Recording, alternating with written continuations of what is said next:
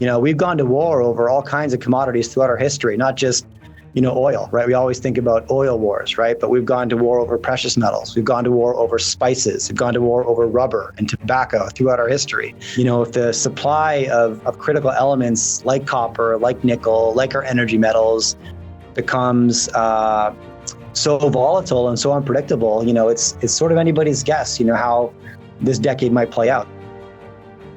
This is Kaiser Johnson with Liberty and Finance, and this is the Miles Franklin Weekly Special for September 11th through 18th, 2023, while supplies last. First, when you purchase a bundle of 5 10-ounce Nordic Mint bars and 5 5-ounce bars, all 10 bars are priced at just $1.89 over spot per ounce. 3/9 fine silver, these are priced lower than anything else other than full-size COMEX bars, but obviously offer far better liquidity. The Gold Eagle was first released in 1986 and has been one of the most popular gold bullion coins in the world, providing incredible recognizability and investor trust.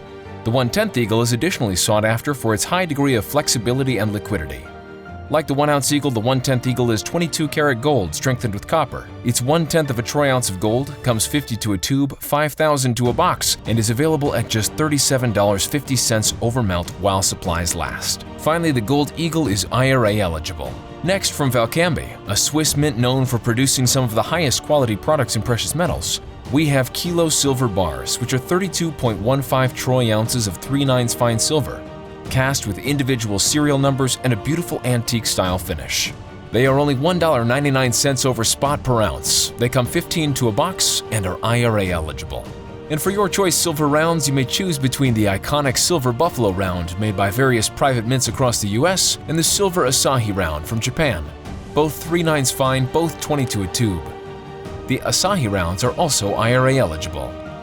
And if you'd like to learn more about a precious metals IRA, call us, and we'll be happy to help you in that process. To order our specials or any of the many other options we have available, call us at 1-888-81-LIBERTY.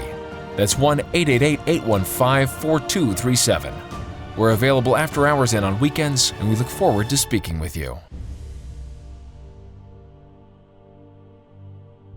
Welcome back to Liberty and Finance. We're delighted to have this returning guest. Jay Martin is the founder of The Jay Martin Show on both YouTube and Spotify. He joins us this Wednesday, September 13th, 2023. Jay, thanks for coming back on Liberty and Finance. Donegan, it's great to be here. Looking forward to this. Many of the guests you have on your show, I was able to enjoy meeting again in person at the Rule Symposium on Natural Resource Investing in Boca Raton, Florida, about a month and a half ago. And it's always a pleasure to catch up with folks and what they're thinking about the direction that things are heading. Certainly bewildering for many of our viewers, subscribers, and clients who call to invest in precious metals bullion about what are the major factors and forces that are driving this world. It seems like, I don't know, sometimes it seems to me like we're on shifting tectonic plates that are being pushed in all different directions by huge forces that most people can barely even grasp the magnitude of, let alone which one's going to win out, which way things are really going to tip. Is this house of cards of the derivatives market's going to come tumbling down? Are the banks all going to go belly up? Are people going to find their savings at risk? On and on and on it goes. One of the questions we get asked the most often by our viewers, subscribers, and clients is, how long are the precious metals going to be held down? And related question, which would maybe be key to some of the guests that you have on, is precious metals related equities. Those have really been suffering a long dry spell, and people are wondering what is going to have to change for that picture to improve. You've talked with a lot of guests on that, around that topic, among others. Any distillation that you've formed about what you think would be the major factors that are going to need to change before people will see some signs of life in these like mining companies, exploration companies, royalty and streaming companies, et cetera, that they may have invested in? Yeah, here's what I would share, Donegan. I think you have to accept, if you choose to be a long-term value investor, which is how precious metal equity investors should self-describe, that within that lifestyle is a requirement for sometimes an obscene amount of patience and a lot of uncertainty about when things might happen. I mean, you just outlined so many fragile aspects of our economy, right? If we're looking at the derivatives market, if we're looking at the commercial real estate market, if we're looking at regional bank exposure, like there's so many threads you could pull on right now that might be, the hair that breaks the camel's back. And we're probably going to see, here's my thoughts, is that this decade thus far has been the most volatile of my life. And I don't have any reason to believe that's not going to continue for the remainder of it. In fact, you could look in any direction from a macro standpoint and find a ton of smoke where there's a fire building, right? Geopolitically, we're seeing hot wars break out that look like they're accelerating. I've seen reckless financial management within every sovereign nation, sovereign debt crises, consumer debt crises. It doesn't matter where you look. You can look at the micro and see record credit card delinquencies and auto loan delinquencies. You can look at the macro. So just pick your poison, man. It doesn't matter where you look right now. And so how do you play that as an investor? Well, there's a hint, right? You can look at central bank gold acquisitions right now and say they're watching the same story that you and I are watching, and they're looking for optionality. They're looking to build a bigger moat than they've had for the last 40 years. And why would they be wanting to do that? Because they also don't know what's behind door number 4, in terms of this decade, but something big, probably something really big. And they want to be prepared. And when you don't know what to expect, the only way to prepare for that, financially speaking, is to hold the only asset that I could argue has no counterparty risk and therefore puts you in the driver's seat and emancipates you from the poor decision-making of others. And that is the precious metal. So, okay, that brings us back to that argument, right? And why are central banks around the world buying in record volumes? I think the rolling 12-month acquisition rate for physical, I'm probably a couple months behind here, but it was over 1,200 tons. It's colossal. That's huge records. And I'm mimicking that behavior, right? I'm not leading the herd. I'm not lagging the herd, but I'm also owning and buying more physical than I have at a pace higher than I have ever.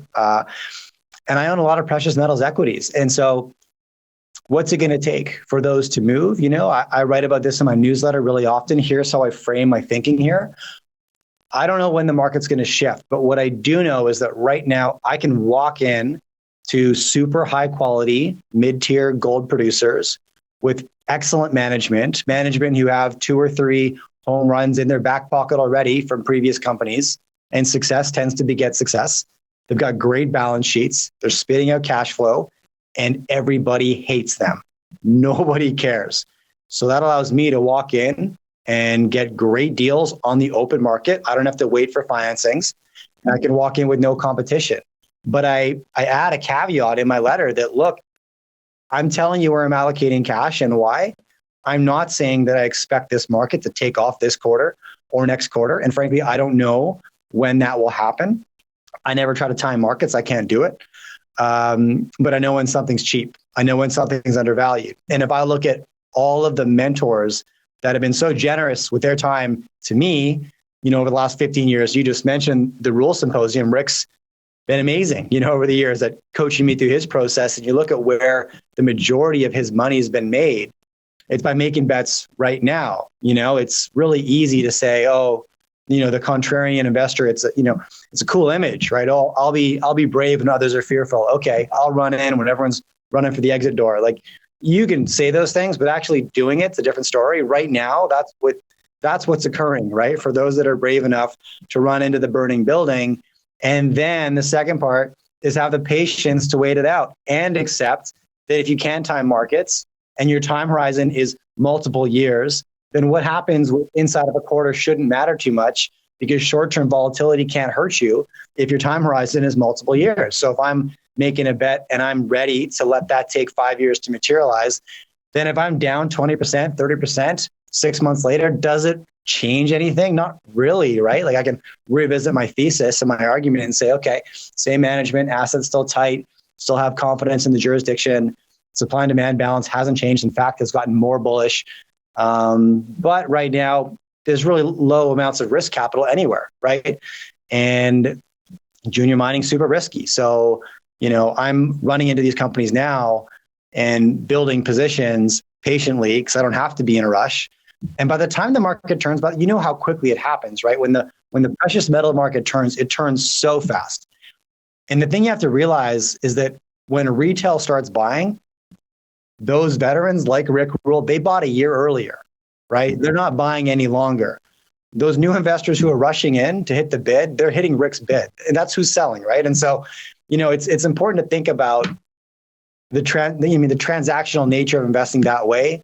Whenever you're buying a share in a company, you're having a disagreement with the seller of that share. And so, if you're saying I'm buying it because I think it's undervalued and the price is going up, you have to realize someone on the other side of the screen is saying I'm selling it because I think it's overvalued and the price is going to go down.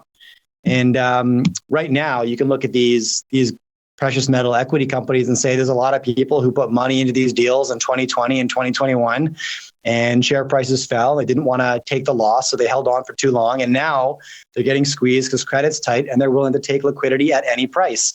And so now they are selling, right? And that's their rationale to sell. Well, that's a great reason for me to buy. In terms of like timing the turnaround, like I said, I try to detach myself from that done again because I can't time the market, don't want to try, think it's a fool's game. But if I have conviction in the long-term macro thesis, I can park cash there. And if it's the kind of cash that I can park and then be patient with, that's how real fortunes are made in this business, Something you said along the way about in the middle there was Rick came up as a potential seller. He did mention explicitly that about the time as a value investor that you start to think that you were really smart for doing what you did is the time you better be averaging out. Yeah.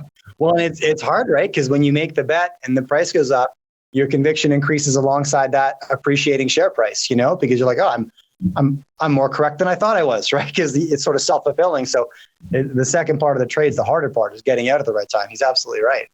Another phenomenon you and I mentioned briefly before we started was de-globalization, and that can mean a lot of different things to different people. One of the things that I think it means to most people is in counterflow to the trend that was happening for the previous several decades of the global supply chain, just-in-time offshoring, outsourcing, that sort of thing, getting things absolutely in the cheapest jurisdiction where they can be done, and assuming that there's going to be nearly instantaneous or certainly affordable and low-risk ways of moving assets and materials, even strategic materials from continent to continent, for example.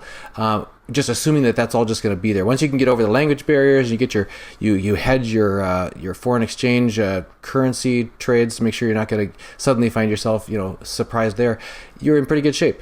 And people learned a very hard lesson in the last several years here, just the last 3 years in particular, that global supply chains can be very fragile and relationships between different countries can suddenly go cold where they had been warm before, and suddenly you can find yourself without critical parts, without critical materials, etc. Any things that you're looking at as far as from an investing standpoint that people should be thinking about de-globalization in that light? Yeah, I think it's the most bullish case I've ever seen for commodities for exactly the reasons that you just discussed. People are becoming aware of how vulnerable and fragile their supply of critical materials are. And you're right. My entire life has been the era of increased globalization, right? It's been an era of trust where if you had the cash, or the credit, you could get access to whatever it is you needed from a global standpoint, right? You're buying and selling the commodities, resources, materials that you need. And it was an era of trust, fragile as it might have been, enough trust for that global economy to function, as you said, pretty effectively, really effectively. I don't know what happens next, but I firmly believe that era is over. And it's not coming back in my lifetime, not in the same way. I don't think so. I think that was an anomaly in the history books, a great one, but I think we are presently watching the big tectonic shift into the next stage, right, of history. And I don't think it's going to be fast. I don't think it's going to be simple. And I don't think it's going to be predictable how the new chess pieces are going to fall. There's a lot of assumptions about, new trading blocks. And obviously, like you, I'm watching the developments, in the BRICS plus nations and, some of the attempts and posturing that's going on there. And I think some of it's got a lot of substance and some of it's PR, same as at home. But what I do know is that, the supply of the raw materials, the critical materials that we need are no longer guaranteed. And so what I expect to happen is a rush a commercial rush from sovereign nations and commercial enterprises to secure those supply chains, because life's not going to slow down and demand isn't going anywhere. But the sharing of key materials is going to slow down and in some cases outright stop. And so what's that going to do? It creates a huge sense of urgency for countries to secure the things they need as fast as possible. And, we're now seeing the U.S. begin to make moves back into Africa, to start to build railways again, right? This is what China's been doing for the last 20 years. We're seeing countries like Indonesia start to ban exports of key commodities like copper and nickel, pretty important commodities. I hate to say it, but, we've gone to war over all kinds of commodities throughout our history, not just oil, right? We always think about oil wars, right? But we've gone to war over precious metals. We've gone to war over spices. We've gone to war over rubber and tobacco throughout our history. And, if the supply of critical elements like copper, like nickel, like our energy metals becomes so volatile and so unpredictable, it's sort of anybody's guess, how this decade might play out. So, a lot of directions it could go down again, but I think broad strokes, I just think it's time to be a commodity investor. If you're paying attention to how the global chessboard is being shaken up and you don't know where the piece is going to land yet, what you want to do is secure what you need as fast as possible. And that's the name of the game in commodities. So I'm very bullish. Now, am I just piling into copper and nickel stocks? Like, no, I'm not, right? I'm being very patient there too, because I think that it's highly likely we're walking into some kind of a global coordinated recession here. I think we've got some rough years. And so I think the buying opportunity for some of these key commodities may last a little while. But, I guess what I said earlier, I also don't try to time markets. So if I'm, moving into copper stocks today and I see a 20, 30% correction over the next year, given my time horizon, I say I don't sweat it. I sweat it. When a position's down 30, 40%, I'm sweating it. But, it helps to revisit my time horizon and say, okay, but let's go back to the rule book here. What kind of investor am I? Am I, and if the thesis hasn't changed, then let's just weather the storm and maintain our conviction. Something you mentioned along the way there really rang a bell for me, and that was this idea of a rush, was the word you used, remind of a gold rush of the 1849 in the U.S., that kind of thing. You might even call it a mad scramble to make sure that people lock down and get their security of their supplies of critical materials. This is something that's been near and dear to the heart of our audience since we started in 2013 under the title of Reluctant Preppers, because preparedness for the unknown or the unforeseen or the unavoidable, that sort of thing, means securing your food security, water security, shelter, protection, all those things. And this is almost just an extension of it on the next level. Instead of a household level, it's a sovereign level, but it's the same idea, is that how is your domestic economy and the things that your country depends on going to continue to function and thrive in an era where you can't assume that you can just, and we have, as ordinary household members, have assumed you can just go to the grocery store and you'll just find that the summer fruits are in the winter because they came from Chile and wherever else they might have come from, but you can't assume that anymore. We did an interview with Joel Salatin, teaching farmer from the Polyface Farms in Virginia, several years ago, entitled, "You Better Get Your Food Security Figured Out Now." So I think a lot of households are also waking up to this, and I hope that's why people are expressing more interest in, for example, precious metals, physical gold and silver. Back to the reason you illuminated in the beginning about it doesn't have counterparty risk. If you hold it in your hand, it's yours. It's already proof of work. You've got it. It has intrinsic value. You don't have to hope that you'll be able to get something that's far-flung in the future, but that need for preparedness of having assets that are actually a bird in the hand is going to apply at every level, not just the national level, but also at the individual household level. And I guess that's a lead into this idea of macro trends that you're watching. You've already mentioned several of them, but any other major macro trends you think people should keep their eyes on and factor into their decision making as investors? Yeah, I'll maybe hit one more point on the commodities market, just because it is a bit of a segue. I'm seeing a lot of people turn their attention towards the commodity sector now, and I would say my evidence of that, done again, is that I run a commodity investment conference in Vancouver every January, and last year we hit record attendance at that show. compared to the previous 6 years. We had about 6,500 investors there. And I was asked a new question at that January conference that I've honestly never really been asked before, but I was asked in huge number. Simultaneously, responses to the podcast, the YouTube channel, the newsletter. I've heard this a lot over the last 18 months. And the question is, how do I get started? Now, that's a huge question. How do I get started investing in the commodity sector? There's like, you can go 100 different ways. They could all be right. And different variations of that question. Who should I begin reading? How can I begin to understand valuing a company? All this stuff. But, the common theme was, how do I get started? Now, I got to wonder what's causing that surge of new interest and new heads to turn and look at the commodity sector.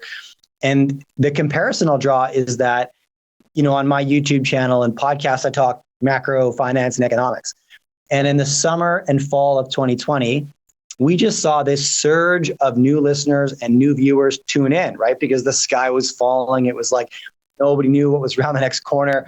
Crazy monetary policies being considered and then rolled out and all this stuff. And a lot of people wanted to know what the heck is going on, right? And they started tuning in to new macro channels in numbers that we'd never seen before because of all the chaos that people were trying to make sense of. And I draw a parallel to the interest I'm seeing in the commodity sector today, because and this is what I do, I tend to use the commodity industry as a lens with which to interpret the world, because if you understand the supply and demand of the key materials that everybody needs, like who has and who needs, it tells you a lot about how and why power is distributed around the world in the way that it is, and why certain countries have power, influence, wealth, and some don't. It usually comes down to who controls the supply of the stuff that everybody else needs. You're either a buyer or a seller, and so that's a huge macro thread that I'm paying a lot of attention to now, because I feel like I've seen this rodeo before. And I don't know, as a commodity investor, obviously I need to police my own bias there, because I'm like, I got cash on the table. This would be really good for me. But, I feel like I'm okay at detaching my emotion from my conviction in the market. Time will tell if I'm right or not. We'll see. I had an interesting chat this morning with Jim Grant from Grant Rates Observer. He's been called on by media globally to interpret Fed policy for a couple decades. In 2012, during Ron Paul's presidential campaign, he pointed to Jim Grant. He said, if I win, it'll be Jim who takes over, who I'll nominate as Fed chair to take over for Ben Bernanke. He's really tapped in, this gentleman. And, he had a different perspective on the whole rates conversation. And I just bring this up because I'm still trying to make sense of it and think about it myself. So, one of the most common conversations in macro today is like, when is the Fed going to pivot? What do you think about the Fed pivot? And whenever interest rates get brought up in finance conversation today, you typically end up at a place where, what do you think about the pivot? When should we expect a pivot? And the Fed pivot kind of gets inserted into the conversation as if it's a guarantee. Jim has a very counter take on that and says, look, actually, if you look at the secular trend of rates over the last 120 years, what you'll see is generational trends. And, from 1980 to 2020, rates were in secular decline. From roughly 1940 to 1980, they were secularly increasing. And the 40 years prior to that, the same cycle. And so he anticipates a similar shift. And just looking at history as his base case, and the first question obviously is, well, how do you finance the interest payments, with higher for longer rates and today's debt levels? And there's no easy answer there. It's a lot of unknown. You can't really make cuts to the Fed budget unless you're looking at military or entitlements, and nobody's going to do that, especially when you're dealing with 2-year election cycles. So that, or you look at just maintaining a super high level of inflation for a prolonged period of time. And that seems far less unreasonable, to be honest with you. But, what I asked him about following that prediction was, how will expensive money change the psychology of investors? Because if we look at the psychology of investors during a 40-year trend of cheaper and cheaper money, 1980 to 2020, we saw consistent recurrence of speculative bubbles, right? Obviously the dot-com bubble, the 2008 housing crisis, the 2020 everything bubble, et cetera, et cetera. And if we're rotating back to a place of I would say, reasonable rates, reasonably priced money, logically priced money? Are we getting back to a place where investors think in terms of where is value, not where can I speculate? Where can I generate yield, right? Are we back to a place of the era of the value investor and the yield investor? He says yes. He says he thinks we are. I've heard similar sentiment from a few individuals in the space that I put a lot of weight on in terms of their predictions. So another trend that I'm trying to make sense of right now, and I think it's so easy to fall into the, when will the Fed pivot, and maybe they pause, maybe they drop rates by half points, but that's short-term stuff, right? What's the big picture trend that we're now in, I think, is a more valuable question, which is why I appreciate individuals like James who say, I don't know what's going to happen next quarter, but I can tell you what I think is going to happen over the next couple of decades. A couple things there. It's sobering to anticipate the impact that will have on our children and grandchildren of higher interest rates for an extended period of time, given the debt to GDP ratio and so on that we're looking at. Jay, if people want to watch your work and follow it more closely, how should they get plugged in? There's three ways. Dunnigan, thanks for asking. And by the way, this has been super fun. Appreciate you having me back on the show. But I write a newsletter called the J. Martin Letter. It's easy to find on Substack. The J. Martin Show, easy to find on YouTube and Spotify. And I'll give a little promotion here if you don't mind. We just produced an online course called the Commodity University. It's directly in response to that question that I'm getting asked now and have been asked for the last 18 months. How do I get started? So it's really an introductory course. Dunnigan, it's not for people who have been in the market for a decade, but chapter 1 literally is basic definitions and concepts within the commodity sector. We do deep dives into copper, silver, gold, uranium, energy metals, through to portfolio construction, and that's at thecommodityuniversity.com. It's not launched yet. It's launching September 30th. So anybody who's looking to dip their toe in the commodity pool, I think it's a great place to start. I love the course. I love it. But the Jay Martin Show elsewhere, man, I'm easy to find. Well, Jay, we appreciate your being here. Jay Martin from the Jay Martin Show. Thanks for joining us again on Liberty and Finance. My pleasure, Dunnigan. Miles Franklin Precious Metals is one of America's oldest and most trusted bullion dealers. Miles Franklin is A+ rated and accredited by the Better Business Bureau, licensed and bonded, and has 0 complaints ever registered. Here at Liberty and Finance, we are licensed brokers with Miles Franklin. To order, simply call us, discuss your needs, and we can let you know our live inventory, prices, and availability, and lock in your order over the phone. Once your order is locked, the price is held for you regardless of market fluctuations, and the metals are reserved for you awaiting your settled payment. Within 1 business day of ordering, you will receive an email invoice detailing the order and payment instructions. Miles Franklin accepts payments by bank wire, ACH or electronic check, money order, check mailed priority mail, and cryptocurrency. The fastest forms of payment are bank wire and cryptocurrency. Upon settled payment, metals will ship out within 3 to 5 business days. You will receive tracking information via email. Domestic shipping charges are $15 for any order under 500 ounces of silver or 10 ounces of gold. For orders larger than that, domestic shipping is free. The package will be boxed, fully insured, and labeled discreetly, with no indication of the contents inside. For your privacy, the name Miles Franklin will not even be on the package. To talk to myself, Kaiser, my brother Elijah, or my father Dunnigan, call 1-888-81-LIBERTY. That's 1-888-815-4237.